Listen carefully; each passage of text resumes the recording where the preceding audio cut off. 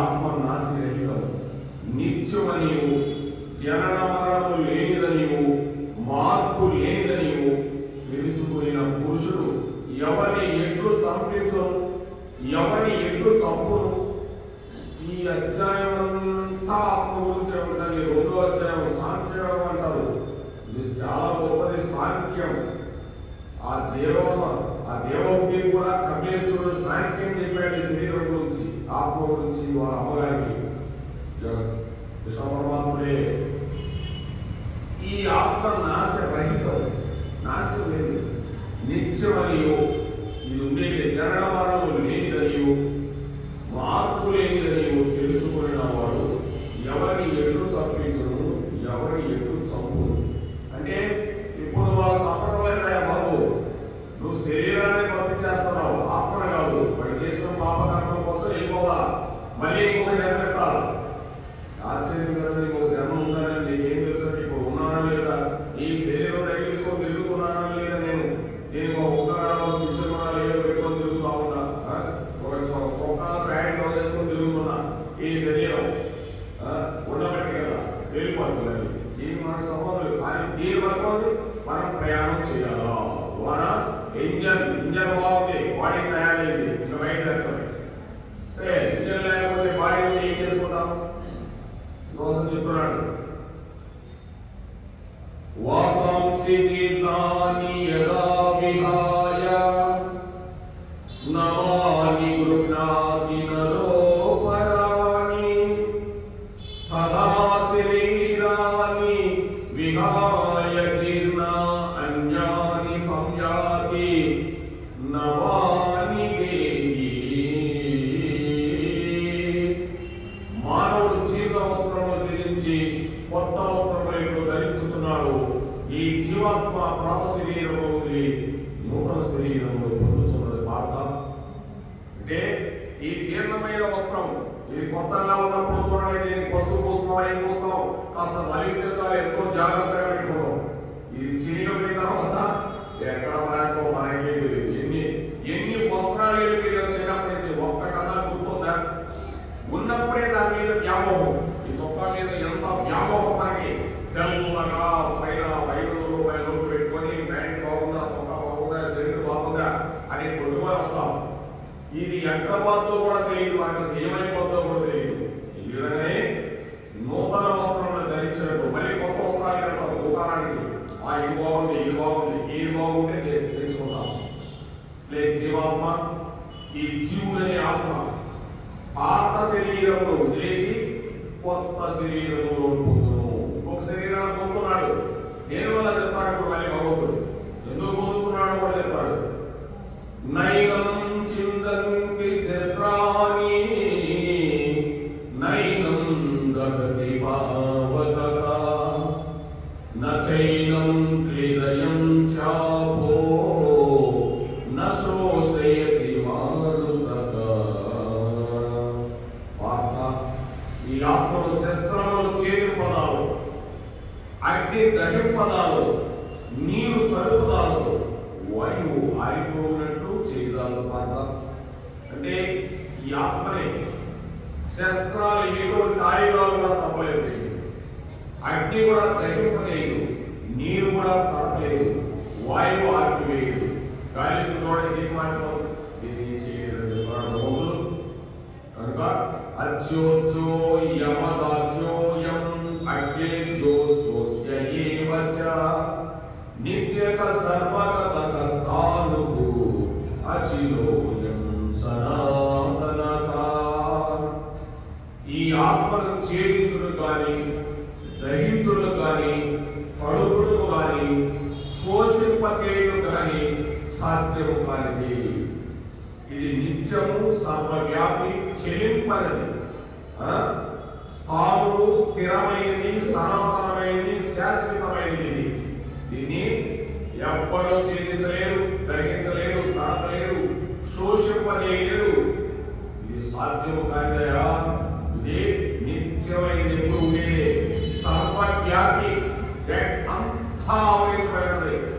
ఉండాలి మీలో ఉండే ఆత్మ, నాలో ఉండే ఆత్మ, కోమలో ఉండే ఆత్మ. మళ్ళీ 7వ అధ్యాయంలో 5వ అధ్యాయంలో వస్తాడు.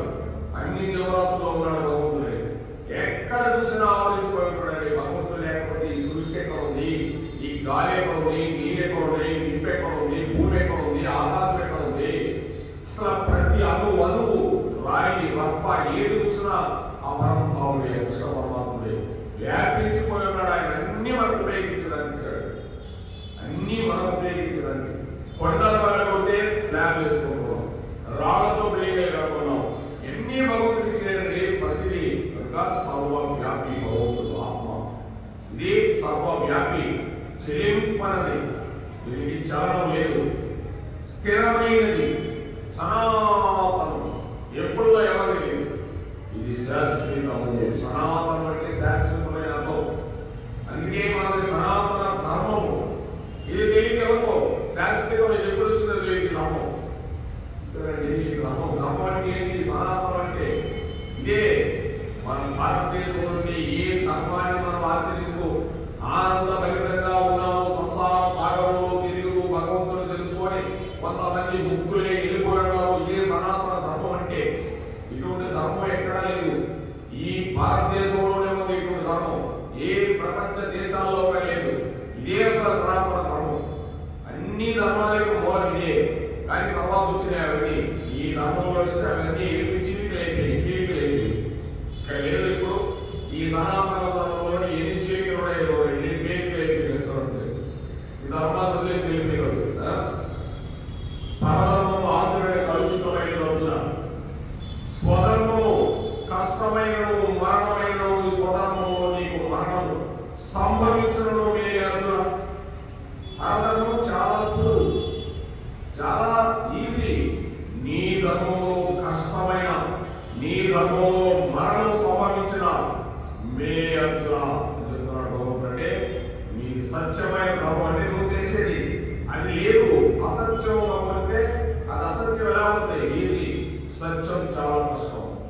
మరణం సంభవించిన మరి కోర్టులన్నీ ఎదుర్కొన్నాయి.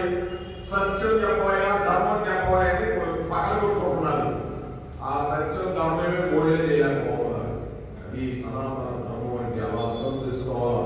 అటువంటి భగవంతుడు కోర్టు భగవంతుడు సామాన్యమైనది కాదు, అది ధర్మం. అదే కదా. అందుకోసం ఇటువంటి ధర్మంలో నువ్వు మరణించిన పర్లేదని చెప్తున్నాడు భగవంతుడు. జాతస్య ధ్రువో మృత్యుః ధ్రువం జన్మ మృతస్య చ తస్మాత్ పరిహార్యార్థే నత్వం శోచితుమర్హసి నత్వం శోచితుమర్హసి. పుట్టిన వారికి మరణం తప్పదు, మరణించిన వారికి జన్మము తప్పదు. కనుక అపరిహార్యమైన ఈ విషయమైనందుకు సూచింపబడదు పాత్ర. పుట్టిన ప్రతి జీవి ప్రతిదీ వెళ్ళిపోవాల్సిందే, ఏదైనా వెళ్ళిపోవాల్సిందే. ఇక్కడ ఉండేదానికి లేదు. దీని గురించి ఎందుకు బాధపడుతున్నాం? కనుక మన పునర్జన్మ తప్పదు. కానీ పునర్జన్మ ఉంది. కానీ ఈ జన్మ నుంచి నువ్వు తప్పించుకోవాలా. 8 అధ్యాయాలకు చెప్తాను మళ్ళీ. ఇలా చెప్తూ ఒక్కోటి చెప్తూ దానిలో నుంచి కూడా ఎలా తప్పించుకోవాలో కూడా చెప్తాడు. ఈ పునర్జన్మ నుంచి సామాన్యమైన జన్మని చూడండి, వస్తుంది పోతుంది, ఎవరికి తెలుస్తుంది? ఈ సామాన్యమైనది అసలు ఒక మాయ, ఒక కల్పన. ఒకసారి అర్థం చేసుకుంటే ఎలా వచ్చాను, మళ్ళీ వెళ్ళిపోతాను, వచ్చింది నాకు తెలియదు, పోయింది నాకు తెలియదు, వచ్చింది నాకు తెలియదు, పోయేది నాకు తెలియదు, మధ్యలోనే ఈ నాటకం. అంతే ఆశ్చర్యకరంగా. ఇదే ఆశ్చర్యం. ట్రైనింగ్ క్యాంటే నిద్రపోయాను, మళ్ళీ మా ఊరు వచ్చింది. అయా మీ ఊరు వచ్చింది అంటే దిగేశా. మధ్యలో ఏం జరిగిందో నాకు తెలియదు. మాయ ఇదేనండి. వచ్చావు, వెళ్ళిపోయావు, మధ్యలో నాటకం. శ్రీదంతా డొల్ల. కానీ మన కర్మ, మనం చేసుకున్న అనాథమైన కర్మ, అనాది కర్మ మనల్ని వెంటాడుతూనే ఉంది. కర్మ, ఆ కర్మే మనల్ని పుట్టిస్తుంది, మనల్ని పెంచుతుంది, మనల్ని తీసుకోబోయేస్తుంది.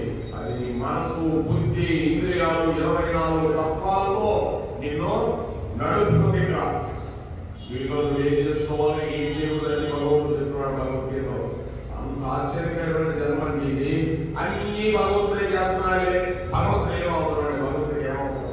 ఏమైనా కంప్యూటర్ నీకు జన్మ ఇలా ఉంది, నీకు జన్మ ఇలా ఉందని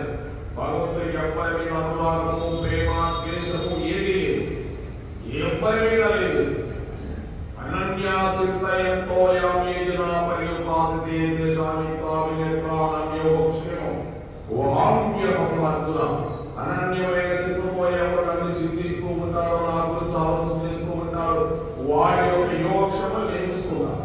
చూడండి, ఎవరి అనుభవాలు ప్రేమ ఉందా? ఎవరైతే భగవంతుడు గురించి ఎందుకు చింతిస్తానంటే అంటే ఆయనే మనకి తండ్రి. మరి మన అమ్మానాన్న గురించి ఎందుకంటే మన అమ్మానానికి జాగ్రత్తగా చూసుకోవాలి, ఆత్మలు తీసుకో వాడే పెట్టాలి. ఏ అందరూ ఆ మనుషులే కాబట్టి పెట్టుకున్నా కాదు మా అమ్మ నాన్న. అదే ఇంకా మరి ఐ గోవింద హైస్టేజ్ గోవిందుడైన ఈ సృష్టికంతా మూలకారుడు అటువంటి భగవంతుడు వీళ్ళెంత అన్నారా అమ్మా నాన్న ఈ జన్మకు అమ్మా నాన్న ఈ జన్మకి వెళ్ళిపోతే ఎడపోతారు వాళ్ళెవరో మనమెవరో కాదు. వాళ్ళకి పెంచారు పెద్ద చేశారు కాబట్టి వాళ్ళే దైవంగా చూసుకొని వాళ్ళ సహాయం కావాలి.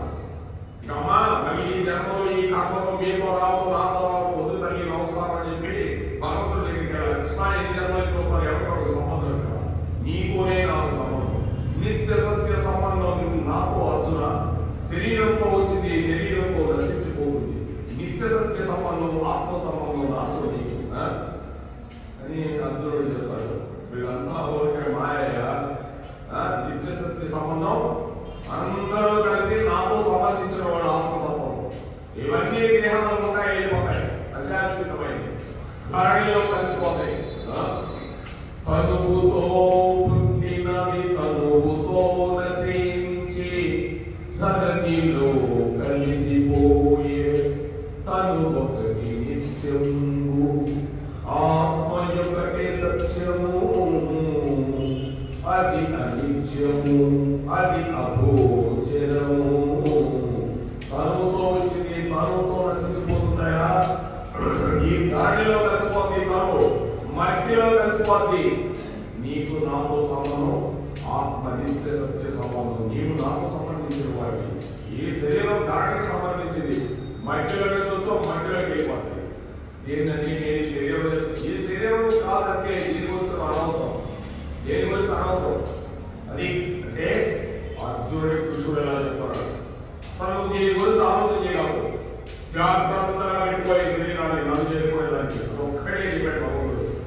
ఈ శరీరాన్ని కానీ జాగ్రత్తగా పెట్టుకోలేకపోతే అది నిన్ను తిప్పేస్తుంది, దాని ఇష్టం తిప్పదు, మెల్లి తిప్పదు. అందుకే కదండి ఎంత ఆహారం తినాలో, ఎంత నిద్రపోవాలో, ఏ యోగం చేయాలో, ఎంత చేయాలో అంత చేస్తేనే ఈ శరీరం ఉంటుంది మనకి. లేకపోతే వెళ్ళిపోతా ఉంటాయి. ఎన్ని శరీరాలు వెళ్ళిపోయాడు చూడండి. మత్తు పదార్థాల దగ్గర మొత్తం మందులో వెళ్ళిపోతున్నాడు. డాక్టర్ దగ్గర కిడ్నీలు బాగుంటున్నాయి, అవి బాగుంటున్నాయి, ఇవి బాగుంటున్నాయి. బాగా ఆహారం స్వీట్ అయింది ఒక సంవత్సరం వెళ్ళిపోతున్నాడు. ఈ అమ్ముల కర్మ కూడా వెళ్ళిపోతున్నాడు. కనుక నువ్వు జాగ్రత్తగా పెట్టుకోయి శరీరాన్ని. అధ్యాయంలో చెప్తా దీని గురించి. దీనికి ఎంత ఇవ్వాలి, దీనికి ఎంత నిద్ర అవ్వాలి, దీనికి ఎంత ఆహారం ఇవ్వాలి, దీనికి ఎంత టైం ఇవ్వాలి. అలా ఉంటేనే ఇది మాట్లాడుతుంది, లేకపోతే నీ మాట్లాడదు. నీ మాట్లాడలో నువ్వంటే ఆత్మ జీవుడు.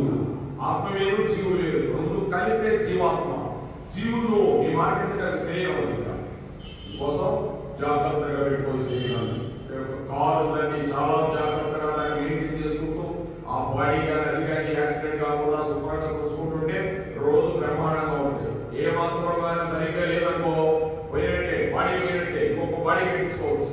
ఆ బాడీ పోతే ఇంకొక బాడీ, కొత్త బాడీ కట్టించుకోవచ్చు. అండి ఎంతసేపు ఈ బాడీ పోతే ఇంకో బాడీ ఇస్తాడు భగవంతుడు. అదే చెప్పింది, ఏ శరీరం పోతే కొత్త శరీరం తెలుసుకో, మళ్ళీ ఇంకొక శరీరం. ఏ శరీరం వస్తుందో తెలియదు. పావుల శరీరం వస్తుందో, కుక్క శరీరం వస్తుందో, నీ కర్మను బట్టి నీ శరీరం తెచ్చుకోవడం నాకు సంబంధం లేదు. భగవంతుడు చెప్తున్నాడంటే నా కర్మను బట్టి నేను శరీరం తెచ్చుకుంటున్నా. భగవంతుడికి ఏ సంబంధం? నువ్వు నేను చేసిన పాప కర్మను బట్టి ఏ శరీరంలోకి వెళ్ళిపోవాలో ఆ శరీరంలోకి వెళ్ళిపోవాలి. రకరకు వచ్చిన మానవ జన్మ ఈ జన్మను చరితార్థం తీసుకొని భగవంతుడికి ఐక్యమైపోవాలి. అన్ని చేయాలండి, సంసారానికి చేయాలి. భగవంతుడు చెప్పినాక అన్ని చేస్తూనే నన్ను చేరుకోవాలి. అది చెప్పి చేసిన క్వశ్చన్ భగవంతుడు. లేకపోతే అనన్యమైన చిత్రంలో నా గురించి ఆలోచించి పుకార్యంలో ఆలోచించిన సంసారం చేశాడు, వ్యాపారాలు చేశాడు, చాలా వ్యాపారాలు చేశాడు. చాలా చేశాడండి. మా మన్నితో రాసి ఆయన సినిమాలో కాదు, గుడ్డ వ్యాపారం కూడా చేశాడు. ఆ రోజుల్లో గుడ్డ వ్యాపారం చేశాడు, పౌరు వ్యాపారం చేశాడు, ఇంకోటి 7 రకాల వ్యాపారాలు చేశాడు. పుస్తకంలో చదివిన పుకారం ఉంది. అందరికి ఇచ్చేసి కావాలి. ఆయన ఇంకేం రాసిన అందరినీ భగవంతుడు చూసుకున్నాడు. ఆయన ఇస్తే ఇస్తారు, లేకపోతే లేదు. అది ఆయన పరిస్థితి. అంటే భగవంతుడు లీనమైపోయాడు. అది అనన్యమైన చింతాభావంతో సంసారం చేస్తున్నాడు, లీనమైపోతున్నాడు. కొంతమందికి ఇస్తారు ఉండనీకాంక్షలు సతీ సతుబాయి రేణుబాబాయి ఎంతమంది ఉన్నారండి భక్తులు. సామాన్యుడు నారదుడు కూడా కృష్ణమాయలో పడిపోయాడు. సంసారం పని చేశాడు నారదుడు కూడా. పెద్ద సంసారమే చేశాడు నారదుడు. నీళ్ళలో మునిగిపోయే సంసారం చేశాడు నారదుడు. అంతటోడు కూడా సంసారం ఏంటంటే ఆశ్చర్యం వేసింది నారదుడికి. దేనిపైన ఉండదు కానీ కృష్ణమాయ నీళ్ళు ఉండలేదయా, నన్ను ఆ సంసారంలో పడేయగలుగుతాడు. అలా ఉంటుంది సంసారం అంటే. సంసారం అంటే ఏం అనుకున్నాడు నారదుడు. చాలా కష్టం అని చెప్పాడు నారదుడు కూడా. కృష్ణ పరమాత్మ ఏ ఇంటిలో తినరా వెన్న నెయ్యి పెరుగు ఈ మాత్రమే తిన్నాడండి. దీంట్లోనే ఒక రహస్యం దాగి ఉంది. ఈ నెయ్యి పెరుగు ఎందుకు తింటున్నాడు అనే దాని గురించి మనం నేను ఒక చిన్న విషయం చదువుకున్నాను. ఈ మనసు ఆలంబనకించి రాగద్వేషములకు అతీతముగా మనసు ప్రశాంతంగా ఉంచుకోవాలి. ఈ మనసు దేనికి వారి ఈశ్వర కథ శ్రవణం దీనికి అట్టిపెట్టాలి. ఈ మనసుకి భగవంతుడి యొక్క శ్రవణం, భగవంతుడిని ఇప్పుడు భగవంతుడు కృష్ణుడు గురించి అవుతున్నాం. అది ఈ మనసుకి ఇవ్వాలి. ఇస్తే దానికి ఒక ఆలంబన ఇస్తామని. ఏ ఆలంబనం లేదు. వీటి దగ్గర గోల్డ్ వెళ్ళిపోతాం. వాటికి ఏదో సైడ్ చేసుకున్న రోడ్డు ఏదో ఒక ఆలంబన ఇవ్వాలి. ఆలంబన ఇవ్వాలంటే భగవంతుడు కథాశ్రవణం ఇవ్వాలి. వయసు వచ్చిన తర్వాత, ఒక వయసు వచ్చిన తర్వాత ఇంకా ఆలంబనాలు పరిగెత్తకూడదండి. పరిగెత్తవచ్చు, పట్టకుడి లేకపోతే పరిగెత్తవచ్చు. దీనికి ఒక ఆలంబన అనేది ఇవ్వాలి. అలా ఇవ్వకపోతే ఇది వెతుక్కుంటుంది. పోయి ఏదో దాని కోసం వెతుక్కుంటుంది. వెతుక్కుని ఆ కర్మలో పెట్టాడు కోసం వయసు వచ్చిన వాడు కొద్దిగా ఏదైనా తిరిగి జరిగేవాడు అందాక పరిగెత్తకూడదు. దానికి ఒక ఆలంబన ఇవ్వాలా. మీరు వస్తున్నారు ఏదో తెలుసు తెలియకో కృష్ణ పరమాత్మ దగ్గర వచ్చి చెప్తే ఆయన చెప్తే ఇంకోటి మనం కూడా మనకేం తెలిసింది. మనం ఏమన్నా రాసామా చదివామా? మనందరం కూడా భగవంతుడు ఆలంబన కోసం వస్తున్నామంటే ఆ విధంగా దానికి ఏదో ఒక ఆలంబన ఇవ్వాలి. లేకపోతే అది ఎదుర్కొంటుంది. పోయి మనసు ఏదో ఒకటి ఎదుర్కొంటుంది. ఆయనకి పదం ఇంటికి పదం అని ఎదుర్కొంటుందండి. అంతే కనుక రాగద్వేషములకు అతీతంగా మనసును ప్రశాంతంగా ఉంచుకోవాలి. ఇంటికి మనసు లేదని కారణం పరిగెడుతూ ఉంటుంది. ఇలా నిర్మలంగా ఉన్న మనసును పాల్గొన్నారు. మంచి మనసు ఉన్న వారిని చూపించాయన. మంచి మనసు పాలకుండా లాంటి వాడండి అంటారు. తెల్లగా ఉంటుంది ఆయన మనసు. నిర్మలమైన మనసే పాలు. నిర్మలమైన మనసు నిలబడుతుంది. అది మనసు నిర్మలంగా ఉంటే నిర్మలంగా ఉన్నాడు. ఆ విధంగా పాల్గొన్నలాగా మనసు ఉండాలంటే కథాశ్రవణం కావాలా? ఉండమంటే ఉండదు. భగవంతుడి కథాశ్రవణం. ఏ కథలంటే ఆ కలిసిపెట్టుకోదండి మనసుకి. చక్కగా భగవంతుడు ఏం చెప్పాడు వ్యాస భగవాను అటువంటి కథాశ్రవణం. అందులో కృష్ణలీల అనేది మనసు బాగా హత్తుకుంటుంది. రామాయణం ఏంటంటే కొద్దిగా కష్టంగా ఉంటుంది. కొన్ని అరణ్యాలు, రాక్షసులు, ఈ సంసారం ఏకోవాలని. కృష్ణలీల అలా కాదు. ఆయన ఇదంతా మనకి ఆనందాన్ని, మనకి భక్తి మార్గాన్ని, అసలు ఆ లీల అటువంటిది. మనకి ఏ బాధ ఉండదు కృష్ణలీలలో ఉంటే. ఏదైనా కూడా ఆనందంగా చూస్తారు. అందుకే సినిమాలో కృష్ణలీల చూస్తుంటే అలా చూసేవాడు. ఎన్ని లీలాలు చేసేవాడు ఆనందంగా ఉండేది. ఈ కృష్ణలీలంటే అలా ఉంటుంది. రోడ్డు ఇచ్చాడు మనకు, ఆలంబన ఇచ్చాడు. ఆయన వచ్చి ఇక్కడ చేసిపోయాడు. లేవని నిర్మలంగా ఉండమని చెప్తున్నాడు. ఇప్పుడు ఆ మనసుకు ఈశ్వరుని తీసుకొచ్చి ఆలంబన ఇచ్చినట్లయితే అది పొంగిపోవడం మొదలుపెడుతుంది. ఇదే పాల్గొనాలి అంటే ఆ మనసుకి నిర్మలంగా ఉండాలి. ఆ మనసు అలా ఉండాలి. మనసుకి ఈశ్వరుని యొక్క ఆ భగవంతుడు ఆలంబనాన్ని ఇచ్చినట్లయితే, ఆలంబన భగవంతుడు ఏం చేశాడో లేవు, ఈ మనసు పొంగిపోవడం మొదలుపెడుతుంది. ఈ విధంగా భక్తితో కూడిన కర్మాచరణము సంతోషంతో భగవంతుని యొక్క భక్తి మార్గాన్ని చేయడం మొదలుపెట్టాలి. అది ఆలంబనం లేదే భక్తి మార్గం రాదండి. తొందరగా దీపావళి లేదు, నాకు పరిగెత్తా ఉంటాం. కానీ ఈ మనస్సు పరమాత్ముడు ఇలా చేసేదా మన కోసం చేశాడా? దానికి ఎంత అర్థం ఉందా? తృష్ణ తృప్తి ఉందా? తృణావతులు రాక్షసుడిగా వాడా అంటే తృణావతులు అంటే తిరుగుడా? మనల్ని కోరికలు తిప్పేస్తున్నాయా? మనం ఈ కోరికలో వెళ్ళిపోతున్నామా? మనకి తృప్తి లేదు. ఇంకా నాకు తృప్తి లేదా జీవితానికి? అసలు నాకు తృప్తి లేదా జీవితానికి? నా కర్మ పొందే నాకు తృప్తి దొరకడం లేదంటారు. ఎందుకు దొరుకుతుంది తృప్తి? తృప్తి నువ్వు తెచ్చుకోవాలా? చూడండి, తృణావతుడు అంటే చూడండి, మరి భగవంతుడు ఏ లీల చేసిన దాంట్లో పరమాత్మ ఉంటుంది. ఏ లీల కూడా పరమాత్మమే. చూడండి, అందుకోసం భగవంతుడి గురించి భక్తి మార్గంలో ఉంటే ఇంకెంతసేపు కూర్చున్నావా? భక్తి లేదు, పొంగు రావాలా. నీకై నీవి అలా కుర్చీలో కూర్చుంటే అలా భగవంతుడు 5 నిమిషాలు ఎక్కడైనా కూర్చో, బస్సులో కూర్చో, రైల్లో కూర్చో, లేకపోతే ఇంట్లో కూర్చో, హోటల్లో కూర్చో, ఒక్క నిమిషం అలా కృష్ణుడు కనిపించాడు ఈ మనసుకి. వా కృష్ణ, ఏమి లేవ చేసావా? అందరి వెనకన్నావా? ఆహా, ఏమి కృష్ణుడు అయ్యా, ఏమి లేవయ్యా, నేను అంత అయిపోయింది. నీకు పొంగు వచ్చినట్టే. అలా ఆలంబరం రావాలా పూజ అంటే. భగవంతుని కోసం ఏదైనా వదిలేస్తానని పూజ రావాలన్నారు. అప్పుడు కనిపిస్తాడు భగవంతుడు. భగవంతుని కోసం ఆ విధంగా ఉత్సాహం ఉంటే భక్తి ఏర్పడుతుంది. లేకపోతే భక్తి ఏర్పడండి. భక్తి అంటే ఓటే వచ్చి పోవడం కాదు. భగవంతుని గురించి తెలుసుకొని ఆచరణలో పెట్టిన వాడే భక్తులు అవుతున్నాడు. భక్తులు అంటే ఏంటంటే భగవంతుని మీద ప్రేమ, భగవంతుని మీద ప్రేమ.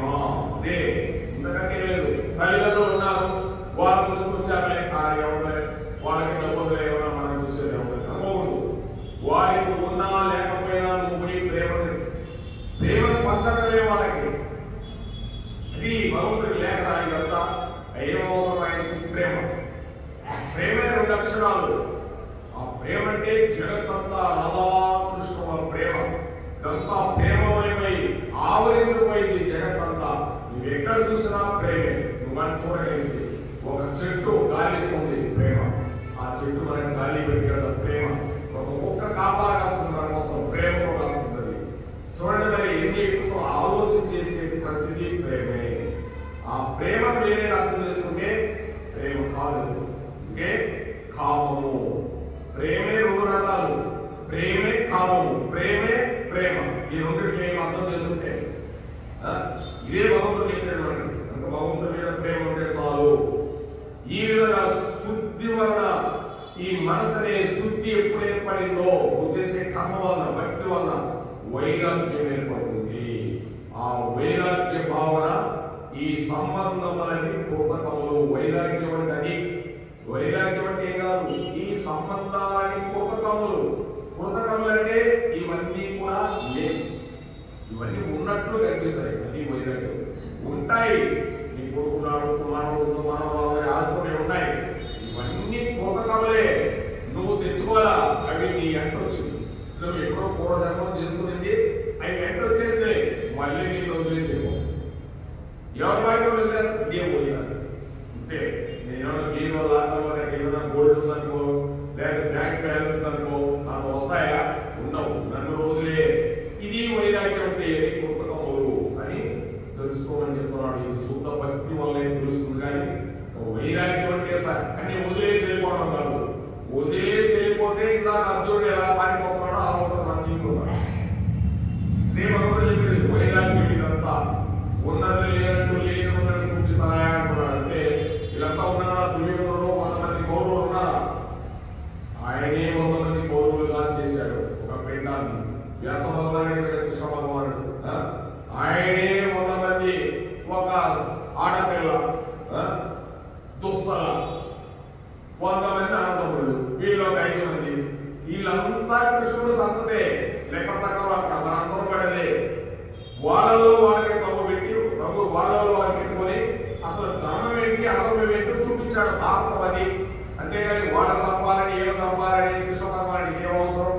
కర్మం ఇలా ఉన్నది, కలియుగంలో జాగ్రత్తగా నడుచుకోండి అని భారతానికి కనుక పంచమ వేదం అది.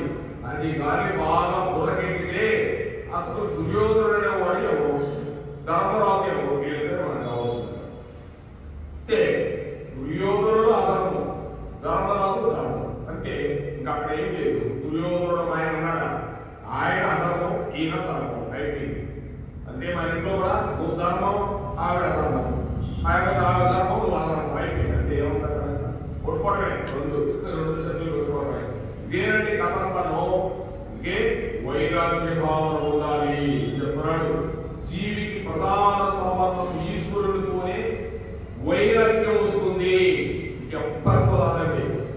ఈ యొక్క జీవికి భగవంతుడితోనే వైరాగ్య భావన రావాలి.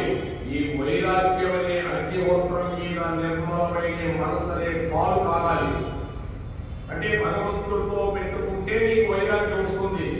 నీవన్నీ అర్థం చేసుకోగలిగితే కృష్ణ పరమాత్మ వెళ్ళిపోయేటప్పుడు ద్వారకా నగరాన్ని వదిలేసి ఎటువంటి ద్వారకా నగరం కనిపించాడంటే వజ్ర వైడూర్యాలతో పొదగబడి ఇప్పుడు చూస్తే వారికి 16,000 మంది గోపికలు, 8 అష్టభార్యలు ఇళ్ళు వజ్ర వైడూర్యాలతో పొదగబడి ఉన్నాయట.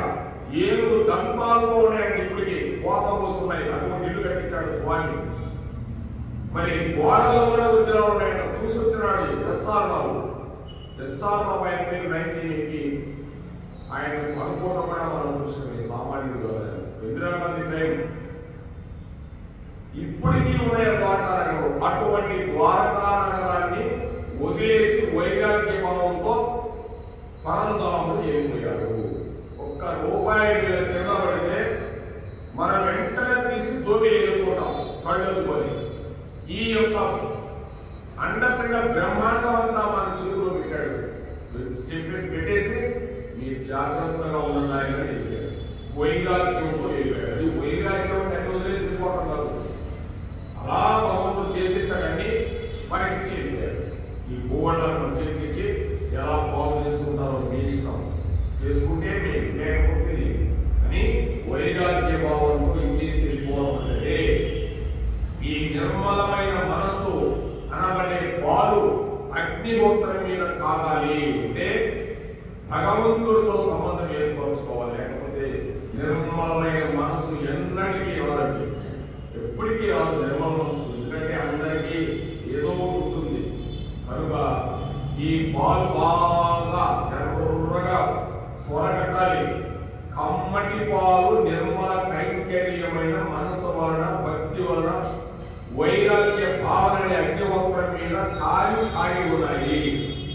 ఇది ఈ మంచి కమ్మటి పాలు. ఈ అంటే ఈ మనస్సు భగవంతుడితో సంబంధం ఏర్పరచుకోవడం. ఈ పాలు చెప్తున్నాడు. అందుకే పాలు, పెరుగు, నెయ్యి ఎందుకు తినాలో చెప్తున్నాడు. భక్తి వలన వైరాగ్య భావన అగ్నిహోత్రం. భక్తి వలనే ఈ వైరాగ్య భావన వస్తుంది. ఆ అగ్నిహోత్రం మీద ఈ కాలాల బాగా అయితే ఇప్పుడు ఆ పాలు పెరిగవ్వాలి. అలా అగ్గితేనే దాని నుంచి వెన్న వస్తుంది. ఆ వెన్న వస్తేనే నెయ్యి అవుతుంది.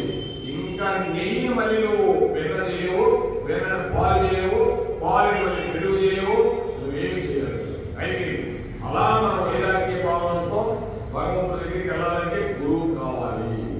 బాగా కాగితే పాలు తోడేయాలా, మళ్ళీ నువ్వు పెరిగైపోవాలని అడగాలి. మళ్ళీ గురి మహారాజు లాంటి గురువు, గోపాల ప్రభు లాంటి గురువు కావాలి మనకి. ఎందుకంటే పేరు ఆయన తీసుకొచ్చి పాలన వేయాలి. ఇద్దరం కలిసిపోతారు. గురువు గారు ఏం చెప్పారో అది మనం గ్రహిస్తున్నాం. ఇంకా గురువు శిష్యుడు ఇక్కడ లేడు, ఒక్కడే అయిపోతున్నాడు. అందుకు గురువు. అందుకే అర్జునుడు, కృష్ణుడు, ఇంకా అర్జునుడు లేడట. అర్జునుడే కృష్ణుడు అయిపోతున్నాడు, కృష్ణుడే అర్జునుడు అయిపోతున్నాడు, ఒక్కడే ఉంటున్నాడు. జ్ఞానం పడిపోయింది ఇద్దరికి.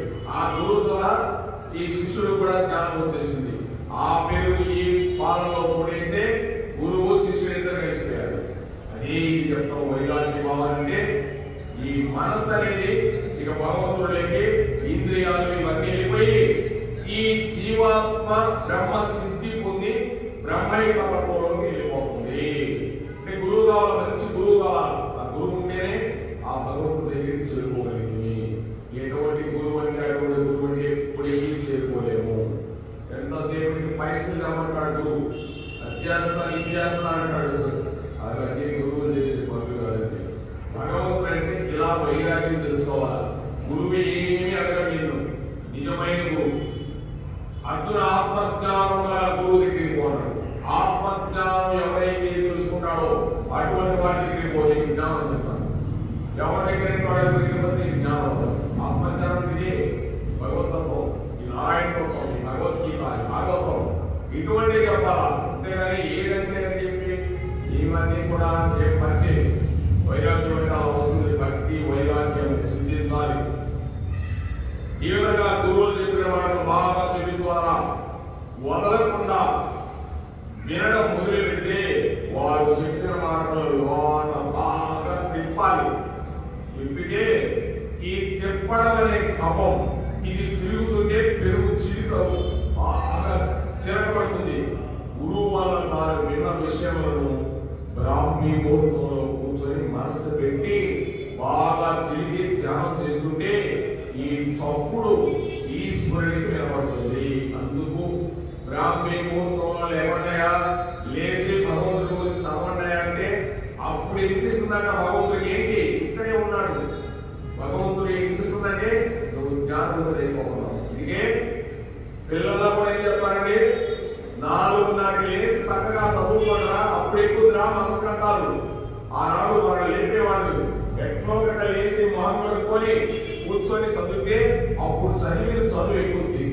ఆ నిద్ర మొదలు చదువుతున్నారు అని అప్పుడు చదివింది బాగా గుర్తుండిపోతుంది. మైండ్ ఫ్రెష్ గా ఉంటుంది.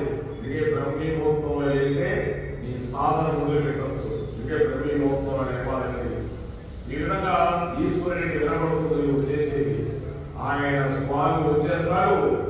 రాత్రి లక్ష్మీదేవిని కౌగిలించి పడుకున్నప్పుడు ఆ తల్లితో ఉన్న కస్తూరి గుట్టు ఒంటి మీద అంటుకుని ఉండగా అయ్యో నేను ఇలా రాకుండా విషయాన్ని కూడా మర్చిపోతాడంట. వెంకటాచలంలో ఇద్దరిని పౌరంప చేస్తాడు కదా తల్లి తండ్రిని. ఆ స్వామి అమ్మవారిని పడుకోనంటే కస్తూరి గుట్టు, ఆ కస్తూరి గుట్టు అయితే అది కూడా నేను అవ్వకుంటే రావుది అనుకోడంట. భక్తులు ఎదురు చూసుకుంటారని పరిగెడతాడంట అని ఉత్తరాయం కప్పుకోవడం కూడా మరిచిపోయి వచ్చేస్తాడు. ఆయన భక్త పరాధీనుడు అయిపోతాడు. అందుకోసం భక్తుడికి ఈశ్వరుని చూసి పొంగిపోయి హృదయం ఏర్పడుతుంది. నా గురించి వీడు లేచి ఈ జ్ఞానాన్ని పొందుతున్నాడా, ఈ బ్రహ్మముహూర్తం లేచాడంటే నీ మనస్సు అయిపోతుంది. ఆనందంగా భగవంతుడితో మమేకమైపోతుంది. మమేకమైపోతే ఏంటి, ఈశ్వరుని మేల్కొల్పుతావు నువ్వు నీకై నువ్వే. అందుకే కదా వెంకటాచలంలో సుబ్రహ్మణ్య స్వామి ఎందుకు మేల్కొల్పుతున్నారు, ఆయన నిద్రపోతున్నాడా కాదు, నువ్వు మేల్కోరా అని చెప్తున్నాడు. నేను ఎందుకు మేల్కొంటాను, నువ్వే నిద్రపోతున్నావు. సుబ్రహ్మణ్య సేవ పెట్టాడంటే నీ కోసం రాని, ఆయన కోసం కాదు, ఇది మన కోసం సుబ్రహ్మణ్య సేవ. నేను మేల్కోవాలా అంటే మేల్కోవడానికి ఎరుక జ్ఞానము. నాకు జ్ఞానం రావాలి. జ్ఞానం వస్తే భగవంతుడు నీకు కనిపిస్తాడు. అదే కనిపించడం అంటే. అంతేగాని భగవంతుడు వచ్చి డైరెక్ట్ కనిపించడు. నీకు జ్ఞానం బాగానే కనిపిస్తాడు. అదే ఎరుక. కనుక భక్తుడికి ఈశ్వరుని చూసి పొంగిపోయే హృదయం ఏర్పడుతుంది. అందువలన మనం ఈ కవులతో చెల్లుతారు ఆయన పెరుగుని చెల్లితే లోపల వెన్న పైకి వస్తుంది, పైకి తేలుతుంది. ఎక్కడి నుంచి ఉందో చూడండి. ఆ వెన్న చిలికరంత మాత్రం వస్తుందంటే చూడండి. వెన్నకు 2 లక్షణాలు ఉన్నాయండి. అగ్నిహోత్రం మీద పెడితే కరిగి నెయ్యి అవుతుంది వెన్న. నీటిలో కానీ మధ్యలో వేస్తే తేలుతుంది. అందుకే చూడండి ఆ రోజుల్లో ఇంత వెన్నముద్దులు ఉండేవి. ఆ మధ్యలో వేసి ఇలా అనేవాళ్ళు వెన్నముద్దులు ఇలా అని కథలు వేసేవారు. ఎంత వెన్నముద్దులో వేసి ఇప్పుడు కనిపిస్తున్నాయా, ఎక్కడా కనిపించేవారు కూడా. వెన్నముద్దులు కరిగిపోయేటువంటి ఈ యొక్క కర్మం కూడా కరిగిపోతారు. కర్మం ఎక్కడికి పోదు, కలిగి కూడా అంతరించిపోతుంది చెప్పాడు. అంతరించిపోతానికి ఎన్ని డెవలప్ అయినాయి కాదు, ఏమీ డెవలప్ కాదు, కిందకే ఉన్నాం మనం. ఇంకా డెవలప్మెంట్ ఏంటంటే ప్రేమ ఎక్కడ ఉంది, ఎవరికైనా సంబంధం లేదు. అది డెవలప్మెంట్ బళ్ళు కార్లు ఇవన్నీ కాదు, విమానాలు. ఈ పెద్ద డెవలప్మెంట్ ఎప్పుడైనా వస్తాయి భగవంతుడు అనుకుంటే. ఈ విధంగా వెన్నకి ఇటువంటి మధ్యలో కానీ తేలుతుంది. భగవత్ సంబంధమైన జ్ఞానం అనే అగ్నిహోత్రం తగిలితే ఇప్పటి వరకు పాలలో పైకి ఉన్న కనబడని నెయ్యి ఇప్పుడు చివరి దశలో పైకి వస్తుంది. నెయ్యి పాలలో ఉంది. పాలను నెయ్యిగా తీసుకురావాలంటే ఇదంతా జరగాలి. పాలని నెయ్యిగా తీసుకురావాలంటే ఇది ప్రాసెస్ జరగాలి, జరిగితేనే వస్తుంది. కనుక నేటిని తిరిగి పాలగా మార్చలేము. ఒకసారి బ్రహ్మ తర్వాత ఇంకా తాను వెనక్కి వెళ్ళడు. వెళ్ళమన్నా వెళ్ళడండి. ఇంకా తెలిసిపోయింది నీకు. దారి తెలిసిపోయిన తర్వాత మళ్ళీ తప్పు దారికి వెళ్తావా? అసలు వెళ్తావా? వెళ్ళమన్నా వెళ్ళవు. మన ఊరు దారి తెలిసింది, నిన్నడానికి దారి తెలియదు, దారి తెలిసింది, వెళ్ళిపోతావు ఆనందంగా. అది అందుకోసం బ్రహ్మజ్ఞానాన్ని పోతాడు. తాను ప్రారంభం అయిపోయే వరకు శరీరంలో ఉంటాడు. ఈ ప్రారంభం అంటే పూర్వజన్మ చేసిన ప్రారంభం అయ్యే వరకే ఇటువంటి శరీరాల్లో ఉంటాము. శరీరం పడిపోతూ ఉండగా అమ్మయ్య శరీరం వదిలిపెట్టేస్తున్నారనే జీవుడు సంతోషిస్తాడు అప్పుడు. అందుకే చిట్ట చివరికి అనారోగ్యం వస్తే కూడా మనం ఏమనుకుంటాం, ఈ అనారోగ్యం కూడా నేను పూర్వజన్మ చేసుకున్న పాపం వల్ల వచ్చింది, నేను ఇంకా శరీరాన్ని వదిలేస్తున్నా, నాకు తెలిసిపోయింది, ఈ తీర్పు అయిపోయింది నా జీవితం ఈ పాపకరంలో అని నువ్వు ఆనందంగా శరీరాన్ని వదిలేస్తావు.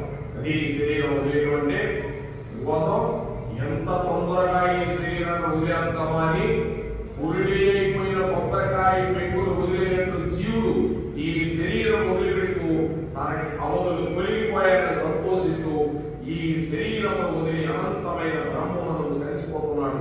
ఇది పాలు నెయ్య ఎందుకు తెక్కున్నాడంటే అందుకు తెక్కున్నాడు. ఆయన కేవలం దొంగతనం చేయని అవసరమా అంటే ఈ శరీరం ఏమవుతుంది? ఈ యొక్క కొబ్బరికాయను చూడండి, కురిడి కొట్టిన కొబ్బరికాయ కురిడి అంటే కొబ్బరికాయలో అది ఈ యొక్క ఉంటది కొబ్బరి, దాని ఏమవుతుంది?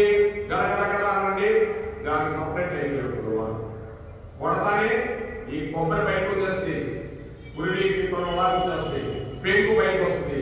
అలా మనం కూడా ఈ జీవుడు ఈ శరీరాన్ని వదిలిపెడుతూ ఈ అవధులు తొలగిపోయినా నేను అనంతమైన బ్రహ్మ పదంలో కలిసిపోతున్నాను, భగవంతుడిలో కలిసిపోతున్నాను అంటే ఈ కుడికాయ ఎలా వదిలేసిందో పెంకు అలా మనం దాన్ని వదిలేస్తున్నాం.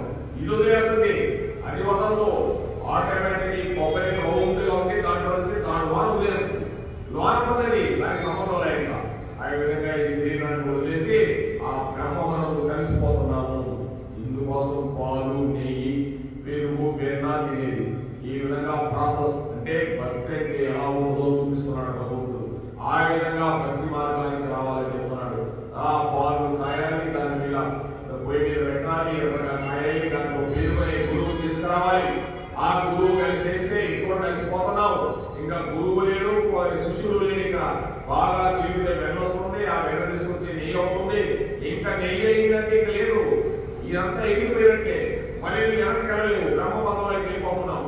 ఆ విధంగా నువ్వు కొబ్బరి ఎలా దాంట్లో నుంచి విడిపోతుందో కొబ్బరి చిప్పల నుంచి అలా నువ్వు కూడా గుడి అయిపోయి కొబ్బరి అయిపోయి ఆ పెంకు చేసి శరీరాన్ని వదిలేసి భగవంతుడికి వెళ్ళిపోతున్నావు. ఇలా వెళ్ళిపోవాలంటే చేయాలి, బ్రాహ్మణి ముహూర్తంలో లేచి భగవంతుడి గురించి తెలుసు తెలియక కృష్ణలీలలు వింటూ చదువుకుంటూ ఉంటే ఒక అరగంటైనా కూడా ఆ మనసు బాగా ఆలంబనమైపోతుంది భగవంతుడి మీద. ఆ అలవాటు అయిపోయిందనుకో, అలవాటే నీకు భగవతత్వంగా భక్తిగా ఏర్పడి అది వైరాగ్యంగా ఏర్పడిపోతుంది. ఆ వైరాగ్యం ఏదో భగవతత్వానికి తీసుకెళ్ళిపోతుంది. వైరాగ్యం అనేది అన్ని వదిలేమని వైరాగ్యం ఆటోమేటిక్ గా నిన్నే వదిలేస్తావు. ఈ శరీరాన్ని వదిలేస్తావు ఆటోమేటిక్ గా. మరి శరీరాలు ధరించవు, ఈ శరీరం అయిపోయాయి. అందుకు మహర్షులు మహాత్ములు అందరూ కూడా ఆ విధంగా భగవంతుడికి వెళ్ళిపోయినోళ్ళే. ఇటువంటి ఆత్మజ్ఞాన స్వరూపమైన వెన్న నెయ్యి కాదు, దీనిని ఆధారం చేసుకుని ఆత్మ దర్శనం అవ్వాలి. అంటే ఇంకా వెన్న నెయ్యి కాదు, ఈ విధంగా దీన్ని ఆధారం చేసుకొని ఆత్మ దర్శనం అవ్వాలి. ఈ శరీరాన్ని ఆధారం చేసుకొని దర్శనం అవడానికి నిధిధ్యాసంలోకి వెళ్ళాలి. లోపల వెన్న ఎవ్వరికీ పనికిరాదని కాదు, ఒక్క ఈశ్వరునికే పనికి వస్తుంది వెన్న. అనగా అత్యంత ప్రశాంతమైన ప్రదేశంలో కూర్చొని పరమేశ్వరుని ధ్యానం చేయాలి. ఈ వెన్నను ఒక్క ఈశ్వరుడే తిన్నాడు, అన్యులు దానిని తినలేరు. అంటే ఇక్కడ ఏం చెప్పాడు? ఈ ఆత్మజ్ఞాన స్వరూపమైన వెన్న నెయ్యి కాదు, దీనిని ఆధారం చేసుకొని ఆత్మ దర్శనం అవ్వాలి. ఈ శరీరాన్ని ఆధారం చేసుకొని దర్శనం అవడానికి నిధి ధ్యాస కొడుకు వెళ్ళాలి. మనం నిధి అంటే ఇదే నిధి, అక్కడెక్కడ నిధి లేదు, ఇదే నిధి మనకి, ఇదే గొప్ప నిధి. దీంట్లోకి ధ్యానంలోకి వెళ్ళాలి నువ్వు. అలా ధ్యానంలోకి వెళ్తే ఇది ఒక్కటి ఈశ్వరుడికే పనికొస్తుంది ధ్యానం, ఇంకెవ్వడికి పనికిరాదు ఆ వెన్ననే ధ్యానం. అనగా అత్యంత ప్రశాంతమైన ప్రదేశంలో కూర్చొని పరమేశ్వరుని ధ్యానం చేయాలి. ఈ వెన్నను ఒక ఈశ్వరుడే తింటాడు. ఈ భక్తిని, ఈ వెన్ననే భక్తిని ఆయన ఒక్కడే తినగలిగితే ఎవ్వరూ తెలియదు, ఎప్పటికీ తెలియదు. ఈ భక్తి అంటే ఏదో కూడా అన్యులు తినలేరు, ఎవ్వరు కూడా తీసుకోలేరు. నీవు ఎంత భక్తి ఎవరిని తీసినా వాళ్ళు తినలేరు, తీసుకోలేరు. ఆయన ఒక్కడే తీసుకుంటాడు. ఈ వెన్న అనేదాన్ని, ఈ భక్తి అనేదాన్ని, ఈ ధ్యానం అనేదాన్ని ఒక్కడే ఆయన తీసుకుంటాడు.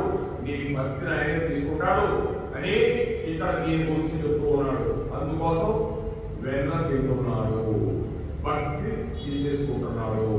భక్తి తీసుకుంటే మన విలువైనట్టే. ఈశ్వరుని ఇక్కడ గురించి తినడమే గోపకాంతుల ఇళ్లలో వెళ్ళి కృష్ణుడు వెన్న తినడము. ఇది అప్పుడు ఆ భక్తి, ఆ వెన్న కృష్ణ స్పర్శ చేత జ్ఞానముగా మారుతుంది. ఆ భక్తి, ఆ వెన్న కృష్ణ స్పర్శ చేత, ఆ వెన్ననే భక్తి కృష్ణుడి యొక్క స్పర్శ చేత నాలో ఉండే భక్తి జ్ఞానముగా మారిపోతుంది. అది నేయండి, అది యజ్ఞములకు పడుతుంది. వెన్న తీసుకోబోయే యజ్ఞంలో వేస్తారా? వేయరు. నెయ్యి మాత్రమే యజ్ఞంలో వేయాలి. వేస్తే అదే హవిస్సుగా మారుతుంది. వేసేదే హవిస్సు. అదే పైకి పోతే దేవతలు వారి కోసమే ఎదురు చూసేది.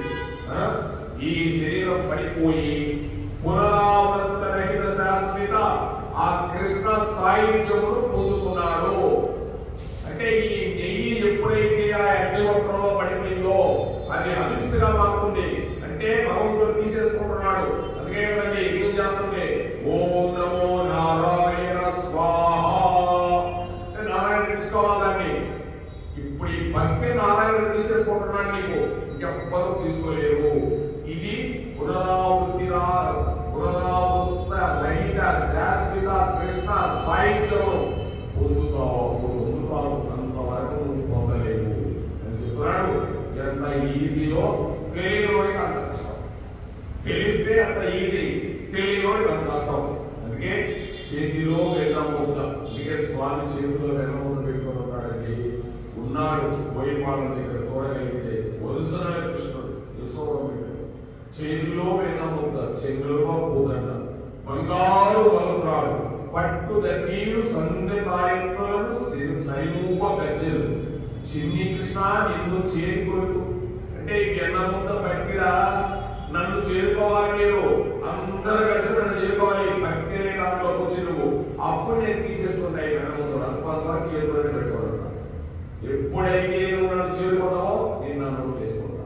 అందుకు పాపం చేతుల వెళ్ళమొద్దని చిన్నప్పుడు ఆ పద్యం పెట్టారు. అసలు ఆ పద్యమే లేదు. ఇప్పుడు చెప్పేదానికి ఏం తెలుసు పాపం? ఈ విధంగా అందుకోసం అందరికీ తెలియాలని లేదని భగవంతుడు తత్వాన్ని అందరూ వినాలని లేదు. పూర్వజన్మలో ఏదో ఎంతో పుణ్యం చేసుకుని భగవంతుడి మీద ప్రేమ కలిగి ఏ కారణంలో చేసినవో, ఏ ఆశ్రమంలో పుట్టినవో, ఏ సత్యము కలిగినవో, భగవంతుడి గురించి ఏం తిరిగినవో, ఏ సాధువుల దగ్గర తిరిగినవో అందువల్ల కృష్ణ భక్తి వస్తుంది. కృష్ణ నామం వినేదానికి కూడా ఆసక్తి లేదు కొంతమందికి లోకంలో. ఎందుకంటే వారికి లేదు భక్తి. ఉంటే దాని గురించి మనం చెప్పవలసిన కూడా లేదు. ఇంట్లో ఎక్కున్నారంటే ఆయనకు ఉంది, ఆమె లేదు, ఆమెకు ఉంది, ఈయనకు లేదు. ఎవరి ఇష్టం వాడిది. భగవంతుడు ఎప్పుడు భక్తి చేసుకుంటున్నాడో వాడు తగులుకుంటున్నాడు భగవంతుడు. లేకపోతే అది అయస్కాంతం లాంటి కృష్ణతత్వం, అది మానవుడి కాదు.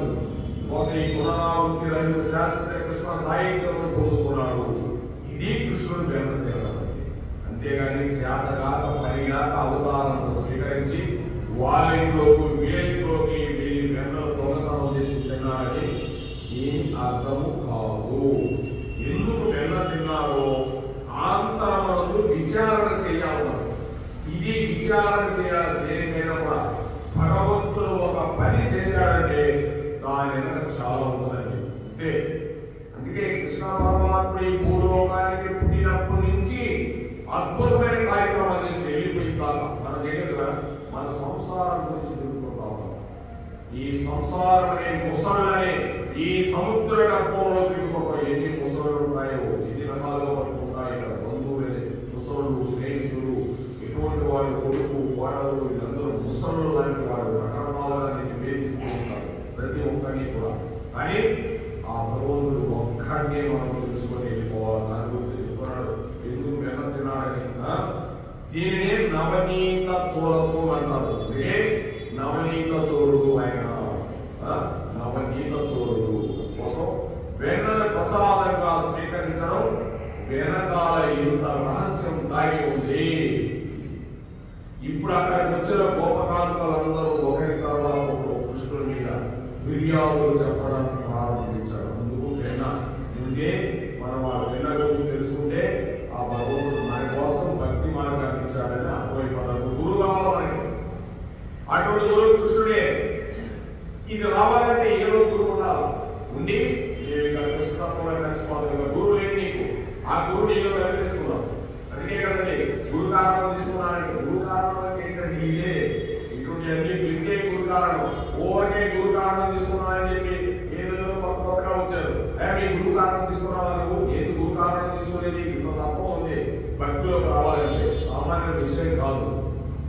కోసం ఈ విధంగా కృష్ణుడి మీద ఫిర్యాదుని మొదలుపెట్టారు. బాలులకు బాలులేనని బాలింతలు మరల పెట్ట పకపకనని ఈ బాలుందాలకు సేయించు ఆలకు రేపులను విడిచే అంబోజాక్షి. యశోదమ్మ పేరు అంబోజాక్షి అంటున్నారు. అంటే మా యశోదమ్మ నీవేమిటో మా అబ్బాయిని పొంగిపోతున్నావు, కానీ మీ అబ్బాయి ఎలాంటి పనులు చేస్తున్నాడో నీకు తెలుసా? చంటి పిల్లలకి తల్లి పాలు లేకపోతే ఆవు పాలు పడతారు. బాల్యంతో సాయంకాలం అవుతుందో ఒక పిల్లాడికి పాలు పడతామన్న సమయంలో మీ పిల్లవాడు వచ్చి ఆవు పాలు మీరు తప్పకుండా దూడలు వదిలేస్తున్నాడమ్మా. మీ అబ్బాయి అనుకుంటున్నామేమో, ఆ దూడలన్నీ వచ్చి ఆవుల పాలు తాగేస్తున్నాయి. అప్పుడు మీ వాడు ఎదురుకుండా మన చెట్టు కొమ్మెక్కి దూడల్ని వదిలినందుకు మేము బాధపడుతుంటే అతను చక్కగా నవ్వు కూర్చుంటున్నాడు. ఈ చిన్ని కృష్ణుడు మాకు దొరకడమ్మా అటువంటి నీ కొడుకు అని చెప్పుతుంది. ఇప్పుడు ఒక కోరిక అంటే భగవంతుడు లేలా అవసరం చెప్పిస్తున్నాడు. ఈ దూడలు ఎందుకు వదిలేశాడని ఇందులో ఉండే అంతరార్థం పరిశీలించాలి మనం. మనకి మన కుటుంబం వరకే మన కుటుంబం, నా కొడుకే నాకు కొడుకు, నా కూతురే నా కూతురు, ఈ భావన మనకు ఉంటుంది. ఎవరికైనా ఉంటుందండి. ఇది గ్రహించాలి. పక్కింటి వాళ్ళ అబ్బాయికి తిరగకపోతే నాకెందుకు అనుకుంటాం. అంతే, వాళ్ళ నాయన గారు చూసుకోవాలనుకుంటాం. కానీ ఈశ్వరుడు జగద్భక్త. జగత్తుకే ఆయన భక్త, తండ్రి, భరించేవాడు. జగత్కర్త, జగద్భక్త ఆయన. ఈ లోకమంతటికి ఆయన తండ్రి. అయితే ఇప్పుడు ఆయన 2 పనులు ఏకకాలంలో చేస్తున్నాడు.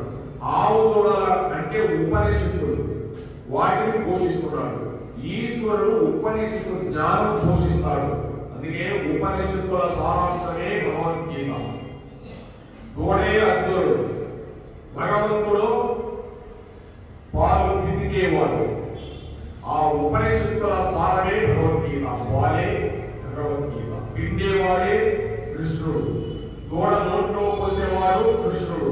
ఆ ఉపనిషత్తుల సారాన్ని మన నోట్లో వస్తున్నాడు మన గురువు, ఆ భగవంతుడైన జగద్గురు. అది ఆవు దూడ అంటే ఎంత గొప్పది, సామాన్యమైనది కాదండి. ఉపనిషత్తుల సారాంశం గోమాత. ఈ విధంగా చెప్తున్నాడు. అందుకని దూడలు వదిలేడమ్మా. రెండవది, ఆవులు ఎక్కడికో వెళ్ళి గడ్డి తిని కుడికి కానీ వాటిని పాలుగా మారుస్తున్నాయి. ఎక్కడెక్కడో గడ్డి తింటున్నాయి పాపం, కుడి తాగి పాలుగా మారుస్తున్నాయి. ఆవులు తమ దూడలకు పాలు ఇవ్వడానికి సంతోషంగా ఎదురు చూస్తున్నాయండి. ఇంటి యజమాని వచ్చి ముందుగా దూడ దగ్గరికి వెళ్ళి దాని మెడలో ఉన్న ముడిని నింపేస్తాడు.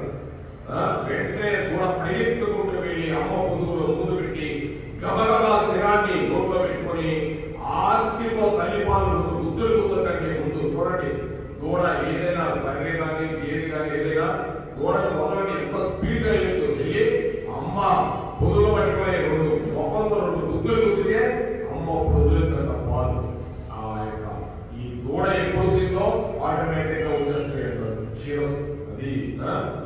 అప్పుడు ఆ దూడ పాలు తాగుతుంది. అప్పుడు తల్లి ఆవు పక్కకు తిరిగి దూడను నాలుగుతో నాకుతూ తన వాత్సల్యమంతా దూడ మీద చూపిస్తూ పాలను విడుదల చేస్తుంది. పాపం ఇంకా దూడకి ఆకలి తీరదు. వీడు వెంటనే ఆ దూడను లాగేసి స్తంభాన్ని కట్టేసి వీడి పిల్లడి కోసం పాలను పెట్టడం ప్రారంభిస్తాడు. ఇది ఈ రోజు కూడా జరగడం అనడం లేదండి. ఇది కూడా జరిగేది ఈ రోజు తప్పదు. కానీ ఏం చెప్తున్నా దీంట్లో పరమాత్మ చాలా ఉందో మనం తెలుసుకోవాల్సింది. దాని కూడా దాని పిల్ల కాదు. నీ పిల్లాడు నీకు ఎక్కువ. దాని కూడా ఎక్కడో కుడితి నీళ్ళు తాగి ఎక్కడో గడ్డి తిని ఎక్కడెక్కడో గడ్డలు పెట్టిందండి. గడ్డలు పెట్టినప్పుడు ఒక్కొక్కసారి పావులు ఉంటాయి. అక్కడ పావు ఇక్కడ కాటేస్తే పాపం ఎక్కడ కాటేసినా తొందరగా సరిపోవు. ఇక్కడ కాటేస్తే ఇక్కడ కాటేస్తే చచ్చిపోతాయి. చూడు ఎంత జాగ్రత్తగా ఎద్దులు చూడండి. అందుకే గద్దుల మీద వేస్తుంటే వాటికి మేనీరు పుట్టల్లో పావులు వేస్తాయి కాటేస్తాయని. ఆ విధంగా కష్టపడి పోలిస్తే దాని పిల్లకుండా నీ పిల్లలు తీసుకున్నావా అని దీని అర్థం. దానితో దానికి తక్కువ. కానీ ఈశ్వరుడిగా ఆవు తనకంటే ఈశ్వరుడికి మనమెంతో ఏదైనా అంటే పరమాత్ముడు. ఇది అర్థం చేసుకోవాల్సింది. సర్వ ప్రాణులు కానీ సర్వ జీవుల్ని ప్రేమిస్తే భగవంతుడు ఎక్కడ పోతాడండి. భగవంతుడు ఉన్నాడు అని ఆ అర్థం కోసమే భగవంతుడు ఎదురు చూస్తూ ఉన్నాడు. అందుకోసం దూడ తన పెట్టే అందుకని ఆయన పోయాడు. నీవు ఆయనని వంక పెట్టడం దేనికి? నీవు ఆయనలో దొంగ ఎవరు? ఆయన నీవా దొంగవి? నీవా ఆయన దొంగవి? నీవు దొంగ. నీ దొంగతనం దాచుకొని చోరలేదని భగవంతుని మీద దొంగతనం అవుతున్నావా అంటే ప్రతి ఇళ్లలో దొంగతనం చేస్తున్నాడు అంటున్నారు. ఎవరికి దొంగతనం? నాది దొంగతనం. నేను ఏది తెచ్చుకొని దానికి కావాల్సిన పాలేయకుండా నేను తీసేసుకొని దానిలోకి నాకు పాలు తీసేసి నేను నా పిల్లవాడిని పోసుకుంటున్నాను అంటే అసలేంటి? మనం కూడా తీసుకోపోయి అన్ని అమ్ముకుంటున్నాము. దానికి దూడకి పాలు లేదు. అందుకే దూడకి పాలు లేకపోతే ఏమవుతుంది? సన్నగా అయిపోయి కొన్ని రోజులకి చనిపోతుంది కూడా. దానికి కూడా భగవంతుడు దూడ గురించి కాదు, అటువంటి వారి ఒక దొంగతనాన్ని స్వామి బయట పెడుతున్నాడు. అది దీని అర్థం. కనుక నీవా స్వామి దొంగ అని గోపికలకు చెప్తున్నాడు. గోపికలకు కాదు మనకి చెప్తున్నాడు. అంటే నీ పిల్లోడు ఎంత జాగ్రత్తగా చూసుకుంటావో అవతల పిల్లవాడు కూడా అంత జాగ్రత్తగా చూసుకుంటాడు భగవంతుడు. అది ఇక్కడ అర్థం. నీ మీద ఒక్కడి మీదే ప్రేమ కాదు, నీ మీద నీ తల్లికి ప్రేమ లేదు. ఆ తల్లి ఆ ప్రేమ భగవంతుడికి అన్నింటి మీద ప్రేమ. అందుకోసం దూడలు వదిలేశాడు పలువురు. వాటికి లేకుండా మీరే తాగుతారని ఇవన్నీ చేశాడు. ఒక్క దూడ కాదు, ఎన్ని దూడలు ఉన్నాయి అన్ని కృష్ణుడు కావచ్చు అన్ని పొలుగులు కనీసం వదిలేశాడు. మనం ఎలా వెళ్తున్నాయండి? మనం చేయలేమంటే ఏమైనా చేయగలుగుతుంది మీరు చేయలేదు. కనుక నా మీద భక్తి ఉంచండి. నేను కాదు దొంగని, మీరు దొంగతనం చేసేదని భగవంతుడు మనకి ఏం చూపిస్తున్నాడు. ఏం చేసినా భగవంతుడు లేలే. మరొక స్టేజ్ అయిపోతే అదేమైపోయింది అంటే అర్థమేంటి? ఇప్పుడు సర్వ జీవుల్ని ప్రేమించడం నేర్చుకో అని భగవంతుడు. చూడండి ఏమన్నా ఉందా ఇక్కడ అంతకంటే? చూడండి బాగా గుర్తుపెట్టుకోండి. ఆ దూడ ఎలా లాగుతో పొలుగుతున్నప్పుడు పీకోపోతే సాంబే ఆవులు ఉన్నాయి చూసా. సాంబే నా చిన్న దూడే పడేసి వెళ్ళిపోయింది. ఒకసారి ఆశ్చర్యపోయి వెనకబడేయమన్నాడు. ఎట్టే లాగుతున్నాడు, వెనకబడేసింది. మా అమ్మ దగ్గర పాలు తాగేవాలని లాగబోతుంటే నాకు వచ్చేది కాదు. కానీ ఆ సాంబయ్య గారు పాపం దూడలు వదిలేస్తున్నాడు. అన్ని అవే బాగుంటాయి, అవే పోగొట్టాయి. కొన్ని ఆనందం చూస్తే మనకు అర్థమవుతుంది. కృష్ణుడు కనిపిస్తారు.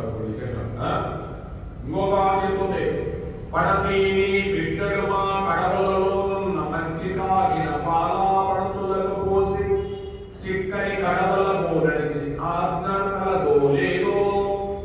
ఓ యేసోదమ్మా, నీకు అసలు క్రమశిక్షణే లేదమ్మా. గోపికంటే ఎవరైనా యేసోదమ్మ అంటే సామాన్యం కాదా? ఆ గోపికలు ఎంత భక్తులు. నీకు లేనిదే క్రమశిక్షణ నీ పిల్లాడికి ఎక్కడి నుంచి వస్తుందమ్మా? నీకే లేదు, నీ పిల్లాడికి ఎక్కడి నుంచి వస్తుంది?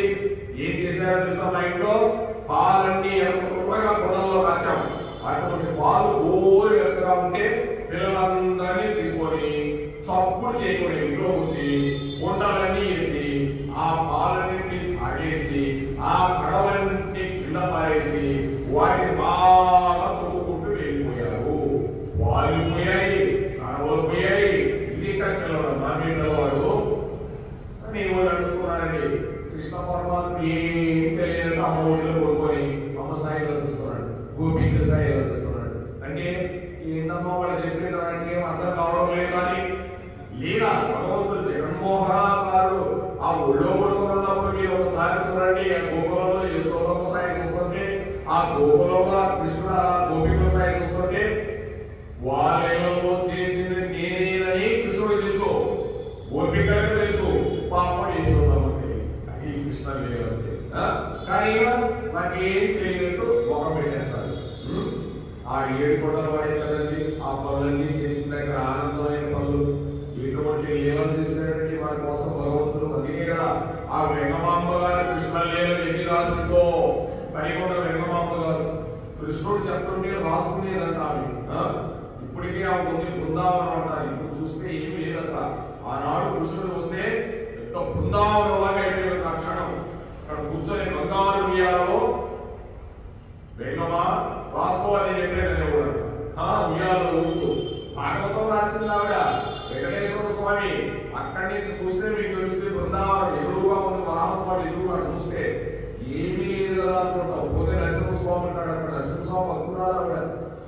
అది శ్రీకృష్ణుడు లేవునండి. ఎంతమందికి రాయించాడో ఆనాడు రాసి మళ్ళీ రాశాడు. ఈ విధంగా ఒకరికి పెట్టడం అనేది లేకుండా ఎప్పుడు తన కోసమే దాచుకునే వారిలో ఐశ్వర్యమును ఈశ్వరుడు ఎలా తీసేస్తాడో ఎప్పటికీ తెలియదు. చెప్పేది నువ్వు ఒక్కడమే దాచిపెట్టుకోతుంటే నీ ఇంట్లో ఐశ్వర్యాన్ని ఎలా తీసేయాలో నాకు బాగా తెలుసు అంటున్నాడు భగవంతుడు. అనునండి ఎవరికో ఒకరికి పెట్టుకునే ఉండాలి. భగవంతుడు పేరు చెప్పి ఉన్న దాంట్లోనే పెద్ద సమస్య ఏంటి మరి పెద్దలు పెట్టలేదు. ఉన్న దాంట్లోనే పెట్టేవాడు. అరిసి చేసుకుంటే నేను సంక్రాంతి ఎవరో ఒకరు 2, 3, 4 ఏదో వేసుకుంటేవాడు. అది పెద్దలంటే పెద్దలే. ఆనాడు పెద్దలు అలా చేశారు కాబట్టి వాడు హాయిగా వెళ్ళిపోయారు. ఈ రోజు ఇక్కడ ఎన్ని కోట్లు ఉన్నా కాదగే, ఎన్ని ప్లాట్లు ఉన్నా కాదగే. ఎందుకంటే వీడే ఇంట్లో మునిగిపోతున్నాడు, వీడే తింటున్నాడు, వీడే తప్పుల్లో మునిగిపోతున్నాడు, వీడే తెచ్చిపోతున్నాడు. ఏ దానివల్ల ఉపయోగం లేదు. దాన్ని చెప్తున్నాడు ఎలా తీసేయాలో నాకు బాగా తెలుసు అంటున్నాడు. నువ్వే సిరిదావచ్చుని సరైన నారికే శరీరము బంకి సిరిదావోయిన పోకుదు కరిమింగిన వెలకపోందు కరిమి సుమతి. ఏదో వెలకపోండి పెరుగుతుంది. ఎలా పెరిగిందో అలా బయటికి తీసుకొస్తుంది. దానిని పగలగొడితే లోపల కొంచెం కూడా కూర్చోదు. తెప్ప పగలకుండా కూర్చుని ఏడు ఎలా జీర్ణం చేసుకుందో మనకు అర్థం కాదు. అది వెలకపోండి తింటామంటే ఈ విషయం ఏనుగు తెలియాలి. కానీ అసలు ఏనుగు కూడా తెలియదు. మింగేసిందంటే ఎలా వెళ్ళిపోయిందో కూడా దానికి కూడా తెలియదు. మళ్ళీ కలకపోతే అంటే ఆశ్చర్యకరం భగవంతుడు ఏం చేసిన ఈ విధంగా అసలు పరాయి వాటికి పెట్టడం వారి ఇంట్లో నుంచి లక్ష్మీదేవిని ఎలా తీసుకువెళ్ళాలో ఆ నారాయణుడైన కృష్ణ పరమాత్ముడికి బాగా తెలుసు. నిశ్శబ్దంగా తీసుకెళ్తాడు. యాదకుంటలో కూర్చొని ఎలా తీసుకెళ్లారో అలా తీసుకెళ్ళిపోతాడండి. అందుకే కడవలను కూడా తొక్కుకుంటూ వెళ్ళిపోయాడు. అంటే ఆ ఇంట ఉన్న వాళ్ళని కూడా తొక్కి అవతల పారేశాడు. కాబట్టి పరులకు పెట్టడం నేర్చుకుంటే నీ జీవితం ముందులోకి వస్తున్నాడు. ఆయన నీవు ఏది పెట్టావో అది నీకు ఆస్తి. పుణ్యం నేను కాపాడుతుంది. నా పేరు పెట్టుకున్నది ఇక్కడ కృష్ణుని చర్యలోని అంతరార్థము. ఎవరైనా చెప్పాలంటే చెప్పవలసిందే మనకి. అదే జ్ఞానం అంటే. జ్ఞానం అంటే ఏంటి? కృష్ణ లేదంటే సామాన్యమైనదిగా నీకు ఎక్కడ జ్ఞానం. అందుకోసం కృష్ణ లీలలోనే వస్తాయి. అంటే ఆ కడవలన్నీ తొక్కుపోయాడంటే ఇంట్లో మనుషులు కూడా తొక్కుపోయాడు. వాళ్ళ ఆస్తి పాలు కూడా తాగేశాడు. తాగేసి లక్ష్మీదేవి తీసుకుపోయి మనుషులు కూడా ఇంట్లో లేకుండా తీసుకెళ్ళిపోతానన్నాడు. అంటే భగవంతుడు చెప్పేది అర్థం చేసుకునే వాళ్ళ గురించి చెప్తూ ఉంటాడు భగవంతుడు కోసం. ఎటువంటి వాళ్ళు వెళ్ళిపోయారు, ఎటువంటి రాజ్యాలు వెళ్ళిపోయారు, ఒక్కరన్నా ఉన్నారా? లేదు. శివ చక్రవర్తులు అంటే మహాదారకలు కదా ఈ భూమి మీద పేరుని కనుగలరు. అటువంటి శ్రీ చక్రవర్తి లాంటి కదా భారతంలో ఈ భూమి మీద పేరు ఉండేది. మనవాళ్ళందరి పేరు ఏమన్నా ఉన్నాయా? లేవు. రాధే రాధే రాధే రాధే రాధే కృష్ణ గోవింద రాధే గోవింద రాధే గోపాల రాధే గోవింద రాధే గోపాల రాధే జై గోవింద రాధే గోపాల రాధే జై రాధాకృష్ణ గోవింద की राधा श्याम गोविंद की वृंदावन गोविंद की मधुर गोविंद की जय यशोदा कृष्ण की नंद कुमार की गोपिका कृष्ण